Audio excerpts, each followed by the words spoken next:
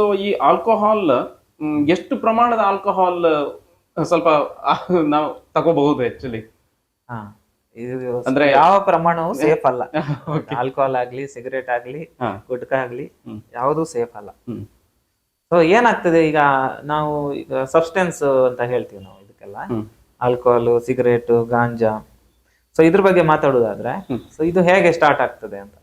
Initially ಏನ್ ಮಾಡ್ತಾರೆ, ನೀವು ಹೇಳಿದ್ರಿ ಸ್ವಲ್ಪ ಡ್ರಿಂಕ್ಸ್ ಮಾಡುವಂತ, ಈ ಫ್ರೆಂಡ್ಸ್ ಜೊತೆ ಹೋಗುದು ಅಥವಾ ಫ್ಯಾಮಿಲಿ ಫಂಕ್ಷನ್ ಹೋದಾಗ ನೋಡ್ತಾರೆ ಸೋಷಿಯಲ್ ಡ್ರಿಂಕಿಂಗ್ ಅಂತ, ಬೇರೆಯವ್ರು ಕುಡಿತಾ ಇರ್ತಾರೆ, ಇವ್ರಿಗೆ ಹೇಳ್ತಾರೆ ನೀನೆಂತ ಮರೆ ಎಷ್ಟು ವಯಸ್ಸಾಯ್ತು, ಇಷ್ಟು ದುಡಿತಿದ್ಯಾ, ಒಂದ್ ಸ್ವಲ್ಪ ಡ್ರಿಂಕ್ಸ್ ಮಾಡು, ನಿಂಗೆ ರಿಲ್ಯಾಕ್ಸ್ ಆಗತ್ತೆ, ಚೇಂಜಸ್ ಆಗತ್ತೆ ಅಂತ. ಹೀಗೆ ಯಾರೋ ಫ್ರೆಂಡ್ಸ್ ಹೇಳ್ತಾರೆ, ಯಾರೋ ಹೇಳ್ತಾರೆ ಅಂತ ಅವ್ರು ಸ್ಟಾರ್ಟ್ ಮಾಡ್ತಾರೆ. ಯೂಶಲಿ ಒಂದ್ 30 ml ತಗೊಳಕ್ ಶುರು ಮಾಡ್ತಾರೆ. ಸೊ 30 ml ತಗೊಂಡಾಗ ಏನಾಗುತ್ತೆ, ಅವರಿಗೂ ಒಂಥರ ಸ್ವಲ್ಪ ಖುಷಿ ಆಗ್ತದೆ. ಆಲ್ಕೋಹಾಲ್ ಬ್ರೈನಿಗೆ ಹೋಗಿ ಕೆಲವೊಂದು ಕೆಮಿಕಲ್ ರಿಲೀಸ್ ಮಾಡುತ್ತೆ, ಡೋಪಾಮಿನ್ ಅಂತ ಹೇಳ್ತೀವಿ. ಆ ಡೋಪಾಮಿನ್ ರಿಲೀಸ್ ಆದಾಗ ಅವರಿಗೆ ಸ್ವಲ್ಪ ಖುಷಿ ಆಗ್ತದೆ, ಮತ್ತೆ ಈ ಭಯ ಹೋಗ್ತದೆ. ಈ ನಮ್ಗೆ ಸಭೆ ಸಮಾರಂಭದಲ್ಲಿ ಯೂಶಲಿ ಇರ್ಬೇಕಾದ್ರೆ ಎಲ್ಲ ಇರ್ಬೇಕಾದ್ರೆ ಸ್ವಲ್ಪ ಡೀಸೆಂಟ್ ಆಗಿ ಪೂರ್ವ ಜನ ನಮ್ಮನ್ನ ಅಬ್ಸರ್ವ್ ಮಾಡ್ತಾರೆ ಅಂತ ಒಂದು ಕಾನ್ಶಿಯಸ್ನೆಸ್ ಇರುತ್ತೆ. ಬಟ್ ಈ ಆಲ್ಕೋಹಾಲ್ ತಗೊಂಡಾಗ ಏನಾಗುತ್ತೆ, ಸೋಷಿಯಲ್ ಇನ್ಹಿಬಿಷನ್ ಅಂತೀವಿ ನಾವು, ಆ ಸೋಷಿಯಲ್ ನಾರ್ಮ್ಸ್ ಎಲ್ಲ ಹೋಗುತ್ತೆ. ಒಂಥರ ಫ್ರೀ ಆಗ್ಬಿಡ್ತೀವಿ, ಯಾರ್ ಬೇಕಾದ್ರೆ ಹೋಗಿ ಮಾತಾಡ್ತೀವಿ, ನಗಾಡ್ತೀವಿ, ಗೊತ್ತಾಗಲ್ಲ ನಮ್ಗೆ.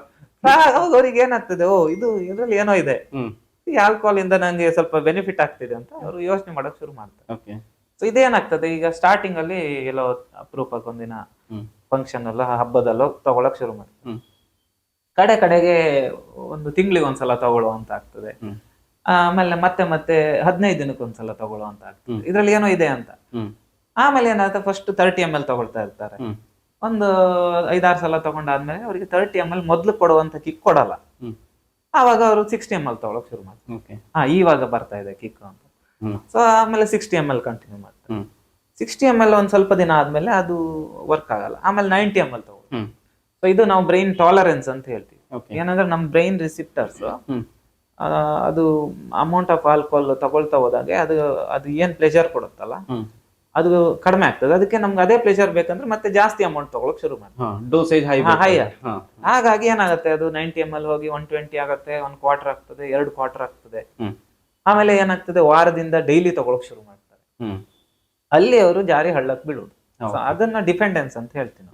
ಆವಾಗ ಏನಾಗ್ತದೆ, ಅವರು ಡೈಲಿ ಕುಡಿತಾರೆ, ಅವ್ರ ಕೆಲ್ಸಕ್ಕೆ ಹೋಗೋದು ಮರಿತಾರೆ, ಅವರ ಮನೆ ಸಂಸಾರವನ್ನ ಮರಿತಾರೆ. ಕುಡಿಯೋದೇ ಅವರಿಗೆ ಮೇನ್ ಇಂಪಾರ್ಟೆನ್ಸ್ ಆಗ್ಬಿಡುತ್ತೆ. ಕುಡಿಯೋದ್ ಬಿಟ್ರೆ ಕೈ ನಡೋಕ್ ಶುರು ಆಗುತ್ತೆ, ಭಯ ಆಗ್ಲಿಕ್ಕೆ ಶುರು ಆಗ್ತದೆ, ವಿಡ್ರಾವಲ್ ಸಿಂಪ್ಟಮ್ಸ್ ಅಂತ ಹೇಳ್ತೀನಿ, ಅವೆಲ್ಲ ಶುರು ಆಗ್ತದೆ. ಸೊ ಈ ಡಿಪೆಂಡೆನ್ಸಿಗೆ ಪ್ಯಾಟರ್ನ್ ಹೋಗ್ತಾರೆ. ಪ್ರಾಬ್ಲಮ್ ಏನಂದ್ರೆ, ಆಲ್ಕೋಹಾಲ್ ಈ ಸ್ಟಾರ್ಟ್ ಮಾಡಿ ಯಾವಾಗ ಜಾರಿ ಅವರು ಡಿಪೆಂಡೆನ್ಸಿಗೆ ಹೋಗ್ತಾರೆ ಗೊತ್ತಾಗುದಿಲ್ಲ. ಕೆಲವೊಮ್ಮೆ ಏನಾಗ್ತದೆ, ಕೆಲವೊಂದು ಸಂದರ್ಭಗಳು ಅವರನ್ನ ಇದ್ ಮಾಡ್ಬೋದು. ಸಡನ್ ಆಗಿ ಏನೋ ಫೈನಾನ್ಷಿಯಲ್ ಲಾಸ್ ಆಯ್ತಪ್ಪ, ಅವಾಗ ವಾರಕ್ಕೆ ತಿಂಗಳಿಗೆ ಕುಡಿತಿದ್ದ ವ್ಯಕ್ತಿ ಡೈಲಿ ಕುಡಿಯಕ್ ಶುರು ಮಾಡ್ತಾರೆ, 1 ವಾರ 10 ದಿನ. ಅವಾಗ ಫೈನಾನ್ಷಿಯಲ್ ರಿಕವರಿ ಆದ್ರೂ ಕುಡಿಯೋದನ್ನ ಕಂಟಿನ್ಯೂ ಮಾಡ್ತಾನೆ. ಇಲ್ಲ ಸಡನ್ ಆಗಿ ಏನೋ ಮನೆಯಲ್ಲಿ ಯಾರು ತೀರಿ ಹೋದ್ರು, ಸಡನ್ ಆಗಿ ದೊಡ್ಡ ಆಕ್ಸಿಡೆಂಟ್ ಆಯ್ತು, ಲೈಫ್ ಅಲ್ಲಿ ಚೇಂಜ್ ಆಯ್ತು, ಆವಾಗ ಡೈಲಿ ಕುಡಿಯೋಕ್ ಶುರು ಮಾಡ್ತಾರೆ. ಹೀಗಾಗಿ ಅವರು ಡಿಪೆಂಡೆನ್ಸ್ ಪ್ಯಾಟರ್ನ್ ಹೋಗ್ತಾರೆ.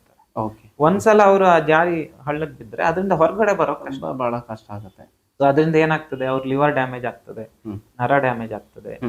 ಈ ಡೈಲಿ ಡ್ರಿಂಕ್ಸ್ ಮಾಡೋದ್ರಿಂದ ಕೂಡ ಮಾನಸಿಕ ಕಾಯಿಲೆಗಳು ಶುರು ಆಗುತ್ತೆ. ಡಿಪ್ರೆಷನ್ ಶುರು ಆಗ್ಬೋದು, ಆಂಗ್ಸೈಟಿ, ಸೈಕೋಸಿಸ್, ನಾಗ ಹೇಳಿದ್ನಲ್ಲ, ಹೆಂಡತಿ ಮೇಲೆ ವಿನಾಕಾರಣ ಅನುಮಾನ. ತುಂಬಾ ಜನ ಕುಡುಕರಲ್ಲಿ ಇರ್ತದೆ. ನಮ್ಮಲ್ಲಿ ಈಗ ಡ್ರಿಂಕ್ಸ್ ಟ್ರೀಟ್ಮೆಂಟ್ ಬರ್ತಾರಲ್ಲ, ವಿನಾಕಾರಣ ಹೆಂಡತಿ ಮೇಲೆ ಡೌಟ್ ಕೊಡು. ಪಾಪ ಹೆಂಡತಿ ಏನು ಇರೋದಿಲ್ಲ, ಅವ್ರಿಗೆ ಏನೋ ಒಂದ್ ಸಂಬಂಧ ಇದೆ. ಇದೆಲ್ಲ ಕಾಯಿಲೆಗಳು ಶುರು ಆಗುತ್ತೆ. ಬಟ್ ಡಾಕ್ಟರ್, ಈಗ ಒಬ್ಬ ಆಲ್ಕೋಹಾಲ್ ಮಾಡ್ತಾನಲ್ಲ, ಸೊ ಅವ್ನು ಆಲ್ಕೋಹಾಲ್ ಮಾಡಿದಾಗ ಅವ್ನು ಆಕ್ಚುಲಿ ಅವನು ತುಂಬಾ ಹೊಡಿಯೋದು ಬಡಿಯೋದು ಅಥವಾ ವೈಲೆಂಟ್ ಜಾಸ್ತಿ ಆಗ್ತಾನೆ, ಅಥವಾ ನಾವೇನ್ ಹೇಳ್ತೀವಿ ಆಲ್ಫಾ ಮೇಲ್ ಅಂತ ಹೇಳ್ತೀವಲ್ಲ, ಆ ತರ ಒಂದು ಕ್ಯಾರೆಕ್ಟರ್ಗೆ ಅವ್ನು ಬರ್ತಾನೆ.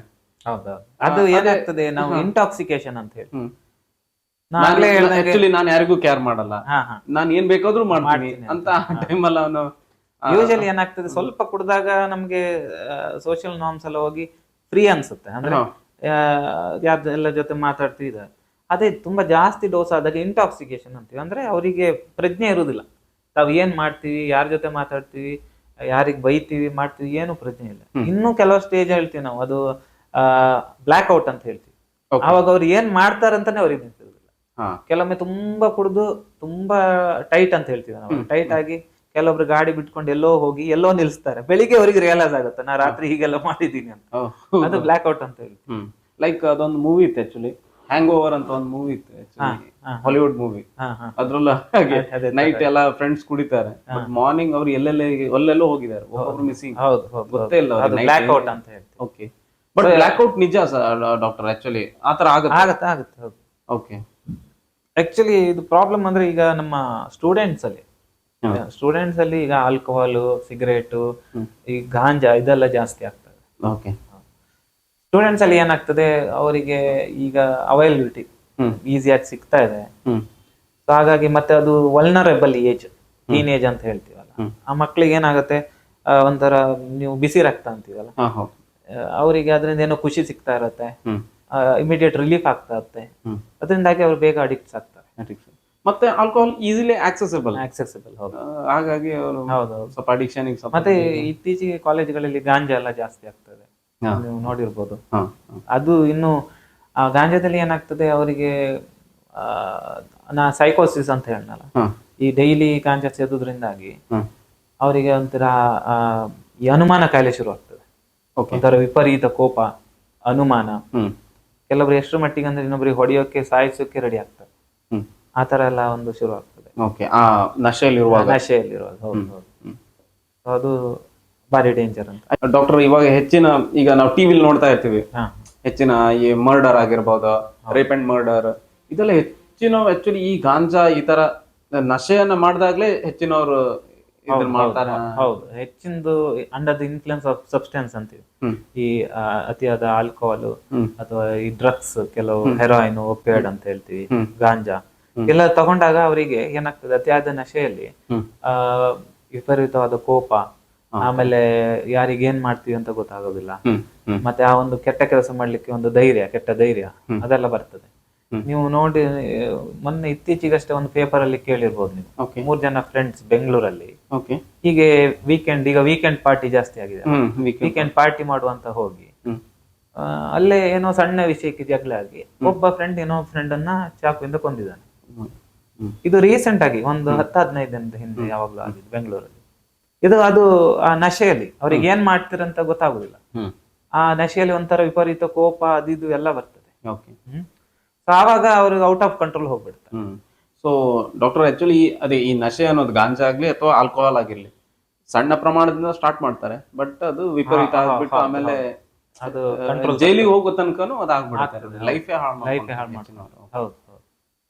ಈಗ ಹೇಗೆ ಇದರಿಂದ ಹೇಗೆ ಹೊರಗೆ ಬರ್ಬೋದು ಅಂತ, ಆಲ್ಕೋಹಾಲ್ ಈಗ ಸಡನ್ಲಿ ಬಿಟ್ರೆ ಏನಾಗ್ಬೋದು, ಹೇಗೆ? ಈಗ ನಮ್ ಕೆಲವೊಬ್ರು ಕೇಳ್ತಾರೆ, ಈ ಡಾಕ್ಟರ್ ಡೈಲಿ ಕುಡಿತಾ ಇರ್ತಾರೆ, ಸಡನ್ ಬಿಡಬಾರ್ದಲ್ವಾ ಡಾಕ್ಟರ್, ಅವ್ರ ದೇಹಕ್ಕೆ ಹಾನಿ ಅಲ್ವಾ ಕೇಳ್ತಾರೆ. ಆಕ್ಚುಲಿ ಡೈಲಿ ಕುಡಿತಾ ಇರೋದೇ ಹಾನಿ, ಅವ್ರ ಕೇಳೋದು ಸಡನ್ ಬಿಡಬಾರ್ದು. ಆಕ್ಚುಲಿ ಅದು ಒಳ್ಳೆ ಕ್ವಶನ್. ಆಕ್ಚುಲಿ ಏನಾಗುತ್ತೆ, ಸಡನ್ ಬಿಟ್ಟಾಗ ಅವರಿಗೆ ವಿಡ್ರಾವಲ್ ಸಿಂಪ್ಟಮ್ ಅಂತ ಬರುತ್ತೆ. ಏನಾಗ್ತದೆ, ಈ ಡೈಲಿ ಡ್ರಿಂಕ್ಸ್ ಮಾಡಿ ಅವ್ರ ಬ್ರೈನ್ ಅದಕ್ಕೆ ಅಡ್ಜಸ್ಟ್ ಆಗಿರುತ್ತೆ. ಆ ಒಂದ್ಸಲ ಆಲ್ಕೋಹಾಲ್ ಬಿಟ್ಟಾಗ ಅವ್ರ ಕೈ ನಡ್ಗೋಕ್ ಶುರು ಆಗುತ್ತೆ, ಹೆದರಿಕೆ ಆಗೋಕ್ ಶುರು ಆಗುತ್ತೆ, ಇಡೀ ಬಾಡಿ ಶೇಕ್ ಆಗ್ತದೆ.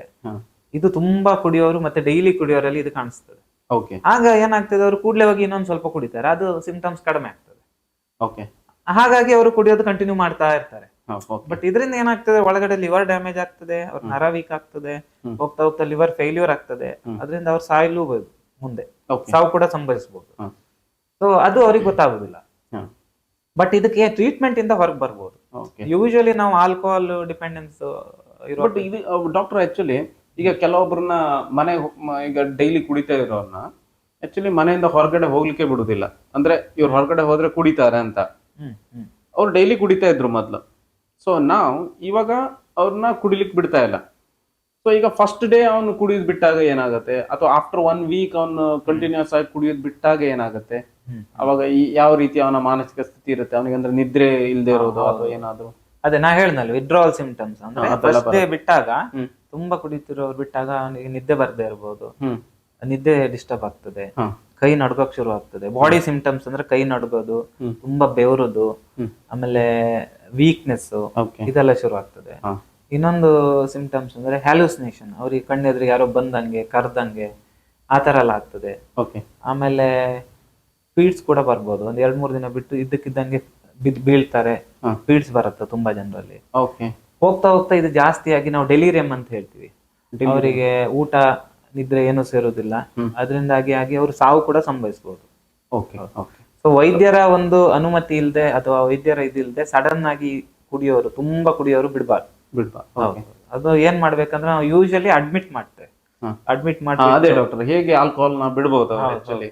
ಯೂಶಲಿ ಆಲ್ಕೋಹಾಲಿಕ್ ಪೇಷಂಟ್ ನಿಮ್ಮ ಹತ್ರ ಬಂದ್ರೆ ಹೌದು ಯೂಶಲಿ ನಾವು ಏನ್ ಮಾಡ್ತೀವಿ, ಈಗ ಇನ್ನೊಂದು ಜನರಲ್ಲಿ ಒಂದು ನಂಬಿಕೆ ಇದೆ, ಯಾರೋ ಮಾತ್ರೆ ಕೊಟ್ರು ಅದು ಊಟಕ್ಕೆ ಹಾಕಿದ್ವಿ ನಾವು, ಅಥವಾ ಯಾರೋ ಪೌಡರ್ ಕೊಟ್ರು ಅದು ಊಟಕ್ಕೆ ಹಾಕಿದ್ವಿ, ಡ್ರಿಂಕ್ಸ್ ಬಿಡ್ಬೋದು ಅಂತ.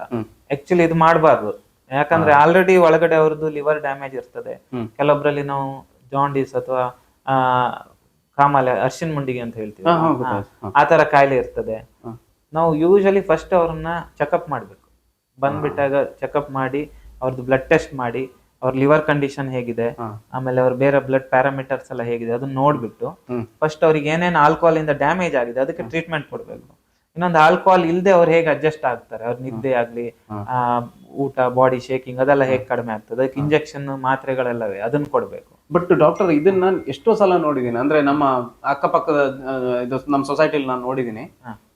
ಅದೇ ಊಟಕ್ಕೆ ಏನೋ ಮಾತ್ರೆ ಹಾಕೋದು ಅಥವಾ ಏನೋ ಪೌಡರ್ ಹಾಕೋದು, ಯಾರೋ ಕೊಟ್ಟಿರೋದು, ಅವಾಗ ಅವನಿಗೆ ವಾಮಿಟ್ ಆಗ್ತದೆ, ಅವ್ನ್ ಮತ್ತೆ ನೆಕ್ಸ್ಟ್ ಕುಡಿಯೋದಿಲ್ಲ ಅನ್ನೋದು ಅವ್ರ ಲಾಜಿಕ್. ಹೌದು. ಆದ್ರೆ ಇದರಿಂದ ತುಂಬಾ ಜನರ ಸಾವು ಸಂಭವಿಸಿದ್ದು ಇದೆ, ಜೀವ ಹೋಗಿದ್ದು ಉಂಟು. ಇದನ್ನ ಮಾಡ್ಲೇಬಾರ್ದು. ಯಾಕಂದ್ರೆ ಅವರು ಹೆಲ್ತ್ ಕಂಡೀಷನ್ ಏನಿದೆ ನೋಡದೆ ಆತರ ಹಾಕಿದ್ರೆ ರಿಯಾಕ್ಷನ್ ಆಗಿ ತುಂಬಾ ಜನ ಸತ್ತಿದ್ದಾರೆ. ಅದಕ್ಕೆ ನಾವು ಯೂಶಲಿ ಅಡ್ಮಿಟ್ ಮಾಡಿಬಿಟ್ಟು ಅವರದ್ದು ಬ್ಲಡ್ ಟೆಸ್ಟ್ ಎಲ್ಲ ಮಾಡಿ ಅವ್ರ ಹೆಲ್ತ್ ಕಂಡೀಷನ್ ನೋಡಿ, ಆ ಹೆಲ್ತ್ ಕಂಡೀಷನ್ ಎಲ್ಲ ಸರಿ ಆದ್ಮೇಲೆ ಮತ್ತೆ ಅವರಿಗೆ ಈ ಡ್ರಿಂಕ್ಸ್ ನ ಹೇಗೆ ಕಂಟ್ರೋಲ್ ಮಾಡುವುದು ಅದಕ್ಕೆಲ್ಲ ಕೌನ್ಸಿಲಿಂಗ್ ಮಾಡ್ತೇವೆ. ಮತ್ತೆ ಮುಂದೆ ಕುಡಿದಿದ್ದ ತರ ಅವರಿಗೆ ಆ ಡ್ರಿಂಕ್ಸ್ ಬೇಕನ್ನೋ ಸೆಳೆತ ಕಡಿಮೆ ಆಗ್ಲಿಕ್ಕೂ ಟ್ರೀಟ್ಮೆಂಟ್ ಇದೆ, ಟ್ಯಾಬ್ಲೆಟ್ಸ್ ಇದೆ. ಲಾಸ್ಟ್ ಕುಡಿದ್ರು ರಿಯಾಕ್ಷನ್ ಆಗೋ ಟ್ಯಾಬ್ಲೆಟ್ಸ್ ಎಲ್ಲ ಉಂಟು. ಬಟ್ ಇದಕ್ಕೆ ಮೊದಲು ಅವರ ದೇಹ ಸ್ಥಿತಿ ಸರಿ ಆಗ್ಬೇಕು. ಸರಿಯಾಗಿ ಅವರ ಲಿವರ್ ಕಂಡೀಷನ್ ಅದೆಲ್ಲ ಇಂಪ್ರೂವ್ಮೆಂಟ್ ಆದ್ಮೇಲೆ ಆ ಟ್ರೀಟ್ಮೆಂಟ್ ಕೊಡ್ಬೇಕು. ಅದಕ್ಕೆ ಯೂಶಲಿ ನಾವು ಅಡ್ಮಿಟ್ ಮಾಡ್ತೇವೆ. ಅಡ್ಮಿಟ್ ಮಾಡಿ ಟ್ರೀಟ್ಮೆಂಟ್ ಕೊಡುವಂತ. ಬಟ್ ಡಾಕ್ಟರ್, ಎಲ್ಲ ಆಲ್ಕೋಹಾಲಿಕ್ ಆಕ್ಚುಲಿ ಅಡ್ಮಿಷನ್ ಮಾಡ್ಲೇಬೇಕಾಗತ್ತಾ ಅಥವಾ ಬೇರೆನೋ ಟ್ರೀಟ್ಮೆಂಟ್? ಅಂದ್ರೆ OPD ಬೇಸಿಸ್ ಅಲ್ಲಿ OPD ಬೇಸಿಸ್ ಅಲ್ಲಿ ಅಂದ್ರೆ ಈಗ ಆ ವ್ಯಕ್ತಿಯೇ ಬಂದ್ರೆ ಕೆಲವೊಬ್ರು ಬರ್ತಾರೆ, ಕೆಲವೊಬ್ರು ಅವರಿಗೆ ಒಂಥರ ಗಿಲ್ಟ್ ಆಗ್ಲಿಕ್ಕೆ ಶುರು ಆಗ್ತದೆ. ತುಂಬಾ ಜನ ಇದ್ದಾರೆ ಅಂತವ್ರು ಬಂದು, ಸರ್ ನಾನು ದಿನ ಕುಡಿತಾ ಇದ್ದೀನಿ, ನನಗೆ ಇದು ತಪ್ಪ ಅನಿಸ್ತಾ ಇದೆ, ನಾನು ಬಿಡ್ಬೇಕು, ಸಹಾಯ ಮಾಡಿ ಅಂತ. ಅಂತವರಲ್ಲಿ ಅವರು ಸೆಲ್ಫ್ ಮೋಟಿವೇಶನ್ ಇದ್ದವರಲ್ಲಿ ನಾವು ಟ್ಯಾಬ್ಲೆಟ್ಸ್ ಫಸ್ಟ್ ಎಲ್ಲ ಟೆಸ್ಟ್ ಮಾಡಿಬಿಟ್ಟು ಅವ್ರ ಹೆಲ್ತ್ ಕಂಡೀಷನ್ ನೋಡಿ ಸರಿಯಾಗಿ ಟ್ಯಾಬ್ಲೆಟ್ ಇಂಜೆಕ್ಷನ್ ಎಲ್ಲ ಬರ್ಕೊಡ್ತೀವಿ. ಅವರು ಮನೆಯಲ್ಲಿ ಹೋಗಿ ಕುಡಿಬಾರ್ದು, ಮತ್ತೆ ಮಾತ್ರೆ ಎಲ್ಲ ಸರಿಯಾಗಿ ತಕೊಂಡ್ರೆ ಅವ್ರು ಇಂಪ್ರೂವ್ ಆಗ್ತಾರೆ. ಇನ್ನು ಕೆಲವರು ಅದ್ ಹೇಗಂದ್ರೆ ಫುಲ್ ಕಂಪ್ಲೀಟ್ ಗುಂಡಿಗೆ ಬಿದ್ದಿರ್ತಾರೆ, ಅಂದ್ರೆ ಅದರಿಂದ ಹೊರಗಡೆ ಬರ್ಲಿಕ್ಕೆ ಆಗುದಿಲ್ಲ. ಅಂತವರಲ್ಲಿ ಅವರನ್ನ ಅಡ್ಮಿಟ್ ಮಾಡಿ ಟ್ರೀಟ್ಮೆಂಟ್ ಕೊಡ್ಬೇಕು. ಕೆಲವರು ಆಕ್ಚುಲಿ ಇದನ್ನ ಜಸ್ಟಿಫೈ ಮಾಡ್ಕೊಳ್ತಾರೆ. ಆಕ್ಚುಲಿ ಆಲ್ಕೋಹಾಲ್ ಮಾಡೋರು ಅದು ನನ್ಗೆ ಅದರಿಂದ ಏನ್ ತೊಂದ್ರೆ, ಅಂದ್ರೆ ನನ್ಗೆ ಅದು ಖುಷಿನೇ ಕೊಡ್ತಾ ಇದೆ, ನಾನು ಯಾಕೆ ಬಿಡ್ಲಿ, ನಾನು ಹೋಲ್ ಡೇ ವರ್ಕ್ ಮಾಡ್ತೀನಿ, ಸೊ ನೈಟ್ ನಾನು ಸ್ವಲ್ಪ ಕುಡಿದ್ರೆ ಏನ್ ಪ್ರಾಬ್ಲಮ್ ಅಂತ ಅವ್ರು ಜಸ್ಟಿಫಿಕೇಶನ್ ಮಾಡ್ತಾರೆ. ಅದು ಏನಾಗ್ತದೆ ಅವರಿಗೆ ಸ್ಟಾರ್ಟಿಂಗ್ ಅಲ್ಲಿ ಗೊತ್ತಾಗುದಿಲ್ಲ. ಈಗ ಫಸ್ಟ್ ಒಂದ್ 2-3 ವರ್ಷ ಅವರಿಗೆ ಈ ನಾವು ತುಂಬಾ ದುಡ್ದು ಬಿಟ್ಟು ಮನೆಗೆ ಹೋಗಿ ಒಂದ್ ಸ್ವಲ್ಪ ಕುಡ್ದಾಗ ಏನಾಗುತ್ತೆ, ಬಾಡಿ ಪೇನ್ ಎಲ್ಲ ಕಡಿಮೆ ಆಗ್ತದೆ, ಒಳ್ಳೆ ನಿದ್ದೆ ಬರ್ತದೆ. ಸೊ ಅವ್ರಿಗೆ ಅದು ಒಂಥರ ಹ್ಯಾಬಿಟ್ ಆಗ್ಬಿಡತ್ತೆ. ಓ ಇದ್ರಲ್ಲಿ ಏನೋ ಇದೆ, ನಾವು ಅದನ್ನೇ ಅವ್ರು ಅಭ್ಯಾಸ ಮಾಡ್ಕೊಂಡ್ ಬಿಡ್ತಾರೆ. ಸೊ ದಿನ ಇಡೀ ದುಡಿತಾರೆ. ಈ ತುಂಬಾ ಜನ ಕೆಲಸಗಾರನ್ನ ನೋಡ್ಬೋದು ನೀವು, ಈ ಡೈಲಿ ವರ್ಕರ್ಸ್, ತುಂಬಾ ಹೆವಿ ಕೆಲಸ ಇರುತ್ತೆ, ಕಲ್ಲೆತ್ತುದು, ಮಣ್ಣೆತ್ತುದು. ಅವ್ರಿಗೆ ಸಂಜೆ ಹೊತ್ತಿಗೆ ಬಾಡಿ ಪೇನ್ ಸ್ಟಾರ್ಟ್ ಆಗ್ತದೆ. ಅವಾಗ ಯಾರೋ ಹೇಳ್ತಾರಂತ ಡ್ರಿಂಕ್ಸ್ ಮಾಡೋಕೆ ಶುರು ಮಾಡ್ತಾರೆ. ಸೊ ಅದರಿಂದ ಏನಾಗ್ತದೆ, ಅವರಿಗೆ ಬಾಡಿ ಪೇನು ಕಡಿಮೆ ಆಗುತ್ತೆ, ಒಳ್ಳೆ ನಿದ್ದೆ ಬರ್ತದೆ. ಬಟ್ ಇದೆಲ್ಲ ಸ್ಟಾರ್ಟಿಂಗ್ ಹಂತದಲ್ಲಿ ಓಕೆ ಇರುತ್ತೆ. ಆಮೇಲೆ ಏನಾಗುತ್ತೆ, ನಾನು ಆಗ್ಲೇ ಹೇಳ್ದಂಗೆ ಅವರು ಆ ಕ್ವಾಂಟಿಟಿ ಏನ್ ತಗೊಳ್ತಾರಲ್ಲ 30 ml 60 ml ಜಾಸ್ತಿ ಆಗ್ತಾ ಹೋಗುತ್ತೆ. 1 ಕ್ವಾರ್ಟರ್ 2 ಕ್ವಾರ್ಟರ್ ಮತ್ತೆ ಫ್ರೀಕ್ವೆನ್ಸಿ ಜಾಸ್ತಿ ಆಗುತ್ತೆ. ವಾರಕ್ಕೆ ಕುಡಿಯೋದು ಡೈಲಿ ಆಗುತ್ತೆ. ಕಡೆ ಹಗ್ಲಿಗೂ ಕುಡ್ಕೊಂಡು ಹೋಗ್ತಾರೆ ಕೆಲ್ಸಕ್ಕೆ ಹೋಗಿ. ಇಂಥದ್ದೆಲ್ಲ ಸಮಸ್ಯೆ ಆಗ್ತದೆ. ಎಷ್ಟು ಜನ ಕುಡ್ಕೊಂಡೇ ಕೆಲಸ ಮಾಡ್ತಾರೆ, ಎಷ್ಟು ಜನ ಡ್ರೈವರ್ಸ್ ಕುಡ್ಕೊಂಡು ಡ್ರೈವ್ ಮಾಡ್ತಾರೆ. ಅವ್ರಿಗೆ ಇಲ್ಲ ಅಂದ್ರೆ ಕೈ ನೋಡ್ಕೋಕ್ ಶುರು ಆಗುತ್ತೆ, ಡ್ರೈವಿಂಗ್ ಮಾಡಕ್ ಆಗಲ್ಲ. ಆಗ ಏನಾಗ್ತದೆ, ಈ ನಶೆಯಲ್ಲಿ ಹೋಗಿ ಇನ್ನೊಂದು ಗಾಡಿ ಗುದ್ದೋದು, ಆಕ್ಸಿಡೆಂಟ್ ಆಗೋದು, ಅಥವಾ ಅವ್ರಿಗೆ ಆ ಟೈಮಲ್ಲಿ ಫಿಟ್ಸ್ ಬಂದ್ರೆ, ಈ ಬಸ್ ಡ್ರೈವರ್ ಕುಡಿತಿರೋರು ಫಿಟ್ಸ್ ಬಂದ್ಬಿಟ್ರೆ ಏನಾಗುತ್ತೆ, ಇಡೀ ಬಸ್ ಅಲ್ಲಿ ಇರೋರೆಲ್ಲ ಅವ್ರ ಜೊತೆ ಸಾಯ್ತಾರ. ಎಂತ ಅನಾಹುತಗಳ. ಸೊ ಆಲ್ಕೋಹಾಲ್ ಸ್ವಲ್ಪನೂ ಬೇಡವೇ ಬೇಡ. ಸೊ ಡಾಕ್ಟರ್, ಈ ಟ್ರೀಟ್ಮೆಂಟ್ ಅನ್ನೋದು ಎಷ್ಟು ದಿನದ ತನಕ ಇರುತ್ತೆ? ಯೂಶಲಿ ಟ್ರೀಟ್ಮೆಂಟ್ ಅನ್ನೋದು ನಾವು ಅಡ್ಮಿಟ್ ಮಾಡಿ 1 ವಾರ 10 ದಿನ ಇಟ್ಕೊಳ್ತೀವಿ ಅವ್ರನ್ನ.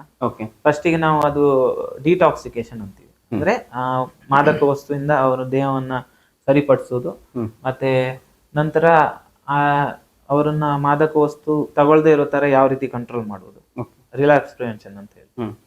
ಯೂಶಲಿ ಏನಾಗ್ತದೆ, ಕೆಲವು ಮೋಟಿವೇಶನ್ ಅಂದ್ರೆ ನಾ ಹೇಳ್ದಲ್ಲ, ಸೆಲ್ಫ್ ಮೋಟಿವೇಟೆಡ್ ಪೇಷಂಟ್ಸಿಗೆಲ್ಲ ಕೆಲವರಿಗೆಲ್ಲ ಬೇಗ ಬಿಡ್ತಾರೆ ಅವರು. ಹ್ಮ್.